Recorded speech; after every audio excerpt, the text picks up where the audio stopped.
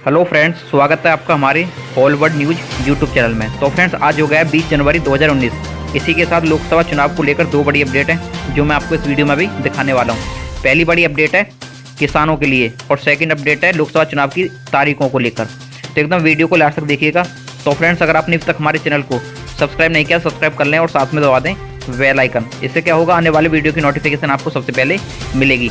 तो पहली बड़ी अपडेट है किसानों के लिए। लोकसभा चुनाव की तारीख जैसे जैसे नज़दीक आती जा रही है, वैसे वैसे देश की सभी पार्टियों का दिलदार होता जा रहा है। सभी को अब जनता की परेशानियां दिखाई दे रही हैं। लोकसभा चुनाव को देखते हुए उत्तर प्रदेश के मुख्यमंत्री योगी आदित्यनाथ एक बड़ा फैसला कर सकते हैं। जानकारी के मुताबिक मुख्यमंत्री योगी आदित्यनाथ एक बार फिर किसानों को नए साल का तोहफा देने के मूड में है। यानी कि योगी सरकार इस साल लोकसभा चुनाव से पहले किसानों का कर्जा माफ कर सकती है। उत्तर प्रदेश सरकार जिला स्तर पर कर्ज माफी के लिए सर्वे करवाया जा रहा है। इस सर्वे का मकसद उन किसानों की पहचान कराना है जो पिछली बार कर्ज माफी का लाभ नहीं उठा पाए थे। बता दें कि उत्तर प्रदेश में विधानसभा चुनाव के दौरान बीजेपी सरकार ने किसानों का कर्ज माफ करने का वादा किया था। चुनाव जीतने के बाद बीजेपी सरकार ने किसानों का कर्ज माफ भी किया था। उत्तर प्रदेश में जब योगी सरकार ने आते ही किसानों का कर्ज माफ किया था, तब कई किसानों को आंशिक कर्ज माफी ही नहीं मिल पाई थी।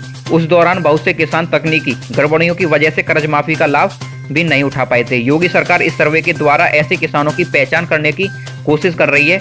अगर योगी सरकार इस कदम को अमली जामा पहनाती है तो लोकसभा चुनाव से पहले किसानों को लुभाने की कोशिश में इसे बड़ी कवायद के तौर में देखा जाएगा। तो फ्रेंड्स, ये किसानों के लिए इंपॉर्टेंट न्यूज़ थी। मैं आपको भी सेकंड अपडेट दिखाने वाला हूँ लोकसभा चुनाव की तारीखों को लेकर। कहाँ कहाँ कैसे चुनाव होगा, कितने चरणों में होगा। तो एकदम वीडियो को लास्ट तक देखिएगा और चैनल को सब्सक्राइब कर लीजिए। देखिए फ्रेंड्स, सेकंड बड़ी अपडेट है लोकसभा चुनाव की तारीखों को लेकर।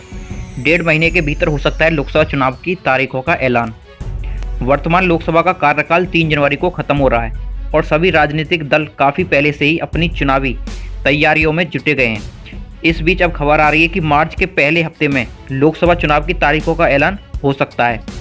चुनाव आयोग से जुड़े सूत्रों के अनुसार आयोग ने सभी प्रदेश के मुख्य निर्वाचन अधिकारियों के साथ पिछले हफ्ते बैठक करने के बाद अपना फाइनल होमवर्क शुरू कर दिया है। चुनाव के लिए मतदान के चरणों और इलाकों की पहचान की जा रही है। चुनाव आयोग की बैठक में तारीखों के ऐलान से पहले स्थानीय तीज त्योहार, परीक्षा, मौसम, खेती के अलावा सुरक्षा बलों की उपलब्धता और उनकी तैनाती जैसे मसलों पर गंभीर मंथन चल रहा है।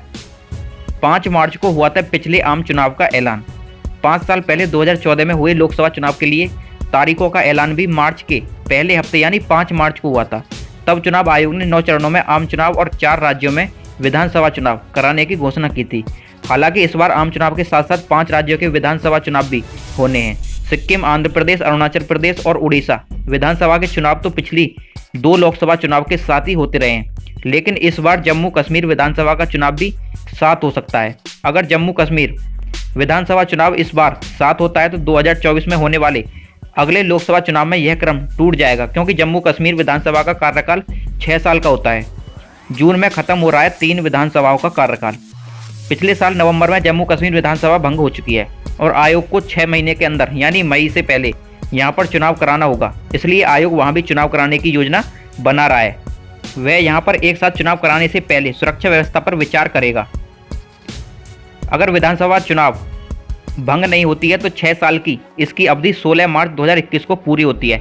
सिक्किम विधानसभा का कार्यकाल 27 मई 2019 को खत्म हो रहा है। इससे पहले वहाँ भी चुनाव करना होगा। जबकि आंध्र प्रदेश, उड़ीसा और अरुणाचल प्रदेश में विधानसभा कार्यकाल क्रम से 18 जून, 11 जून और 1 जून को खत्म होगा। 2004 में चुनाव आयोग ने 29 फरवरी को 4 चरणों में लोकसभा चुनाव कराने का ऐलान किया था। चुनाव की शुरुआत 20 अप्रैल को हुई थी और अंतिम चरण 10 मई को हुआ था। वहीं 2009 में लोकसभा चुनाव की तारीखों का ऐलान 2 मार्च को किया गया था। तब 5 चरणों में यह चुनाव कराया गया। 2014 के लोकसभा चुनाव का ऐलान 5 मार्च को किया, जिसमें 9 चरणों में चुनाव कराया गया। 9 चरणों वाले चुनाव की शुरुआत 7 अप्रैल से हुई, जो 12 मई को खत्म। मित्रों, आपको यहाँ पर लोकसभा चुनाव की पल पल की खबर आपको यहाँ पर मिलती रहेंगी।